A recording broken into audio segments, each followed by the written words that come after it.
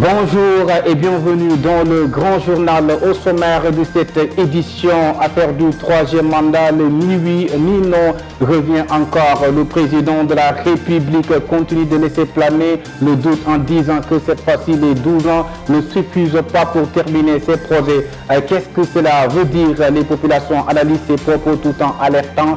Vous les entendrez. Et puis sur les élections législatives, Wallu rejoint finalement la coalition Yewwi Askan Wi. À cette alliance, une force au jeu politique. Les Sénégalais donnent leur point de vue. Et puis pour terminer, encore un drame dans les hôpitaux. Cette fois-ci, c'est à l'hôpital El Hadji Ibrahima Niass de Kaolack. Le bébé qui a été retrouvé vivant dans un carton à la morgue a finalement rendu l'âme après une intervention au niveau de la pédiatrie. L'actualité internationale, la page sportive mettront fin à cette édition de développement. C'est tout de suite.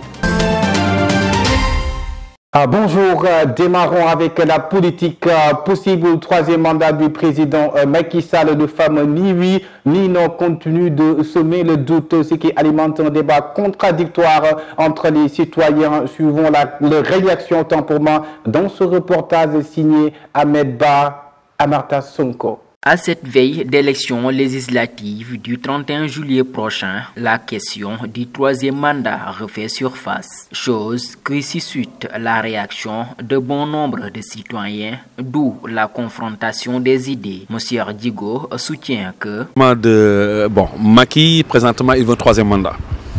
Macky, présentement, il veut un troisième mandat, donc il fera tout pour chercher un troisième mandat, mais présentement aussi, puisqu'il est en train de bosser, donc on sait que très bien pendant ces 12 ans ce qu'il a fait, donc il ne peut pas tout faire pendant presque ces 12 ans qu'il a fait présentement, donc même s'il quitte demain, le travail ça va rester. Donc moi, présentement, pourquoi pas un troisième mandat pour lui? Parce que pour l'instant, moi je vois que vraiment, il est en train de travailler, il est en train de bosser dur. Donc moi, de ma part personnelle, donc un troisième mandat affirmatif, c'est possible.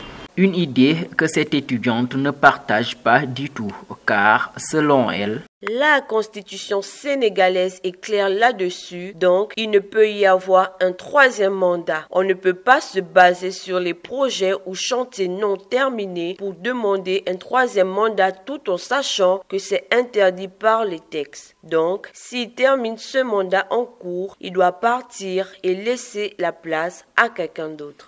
Un éternel débat qui ne semble pas encore tirer à sa fin, d'où la demande de Mbaye de clarifier les choses afin de stabiliser la situation du pays. Donc on doit régler le problème de la constitution sénégalaise. Il n'est pas clair dans la tête des gens, c'est ça le problème. Parce que le problème c'est que le débat de la constitution, il est toujours médiatisé par les politiciens.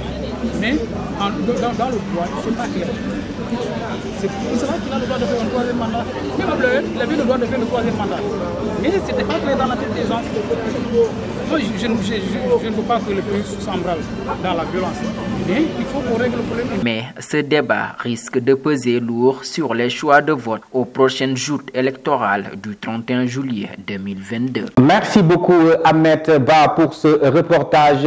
Dépôt de candidature, un décret ministériel va officialiser le nombre exact de candidatures aux prochaines élections législatives qui se tiendront ce mois de juillet. Rici Priscilla Menden.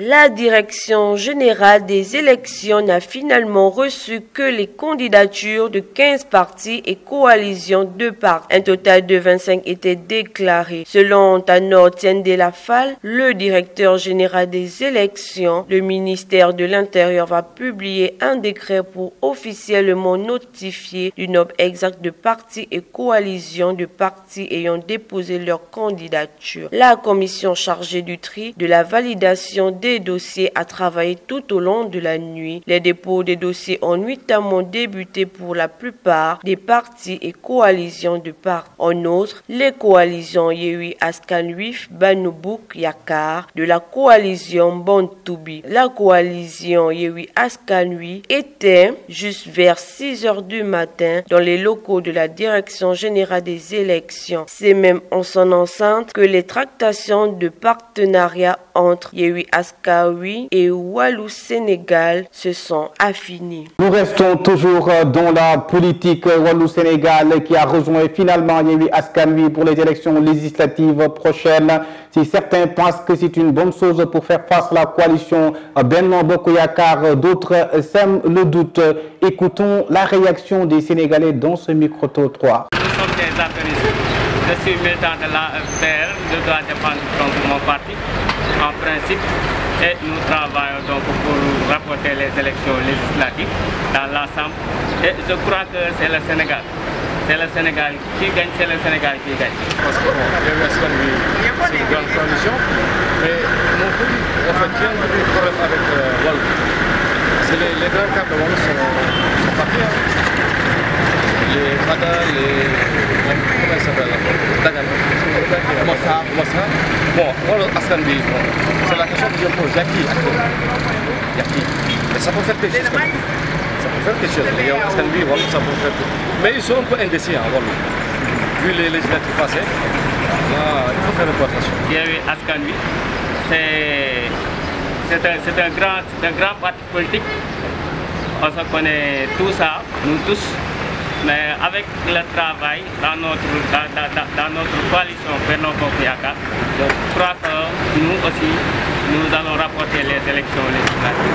Pour l'année 2022, l'État du Sénégal cherche à gagner 20 milliards de francs CFA sur les exonérations fiscales. Il faut donc passer par une réduction des dépenses fiscales sur la base des derniers rapports de dépenses fiscales et des études de la Banque mondiale et du FMI sur le sujet. Les régimes, autant pour moi, d'exonération des produits ou services ci-après ont été identifiés selon le caractère éminemment régressif, souligne autant pour moi le document intitulé Voies et moyens qui est en fait une annexe au projet de la finance initiale 2022. Après l'hôpital Amadou Sakhi Mbaye de Louga, l'hôpital El Hadji Ibrahima Niass de Kaolack qui est le théâtre d'un drame qui pourrait fréquent dans les hôpitaux publics.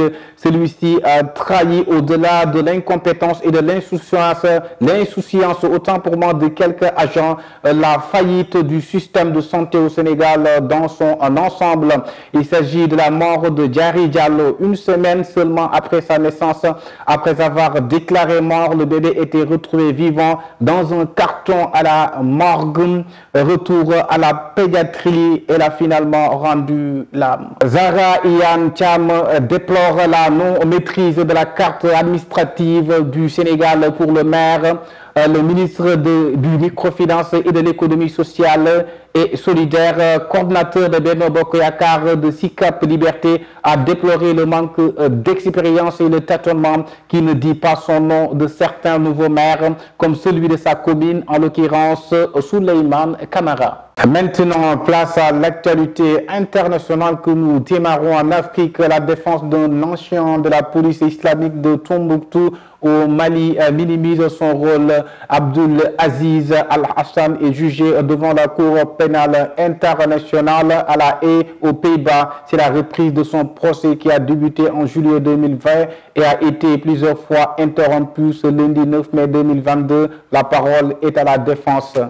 Et puis, la Cour d'appel de Paris a tranché. François Fillon a été condamné à 4 ans de prison, dont 1 an ferme, à 375 000 € d'amende et 10 ans d'inéligibilité dans le dossier des emplois fictifs au bénéfice de son époux Pénélope. Enfin, nous terminons avec l'actualité sportive. Auteur d'un but et une passe décisive, Bamba Dieng était l'homme fort de ce match qui opposait l'Olympique de Marseille à Lorient. Entre en jeu à la 17e minute, le jeune attaquant sénégalais s'est imposé à la première période avec un magnifique but et servant une belle passe sur le 3e but marseillais inscrit par Gerson. À l'international sénégalais, Sadio Mané s'éloigne du sacré ballon d'or après son match nul contre le Tottenham. La course au ballon d'or est loin d'être terminée. Une dernière chance est toujours à sa porte vu la finale de Ligue des Champions qui leur opposera au Real de Madrid. Merci beaucoup, c'est la fin de cette édition. Nous vous donnons rendez-vous demain, Inch'Allah, sur la Time for Africa, la grande télévision Quand ce magnifique, c'est la Time Info Africa, la télévision qui nous parle et qui vous parle.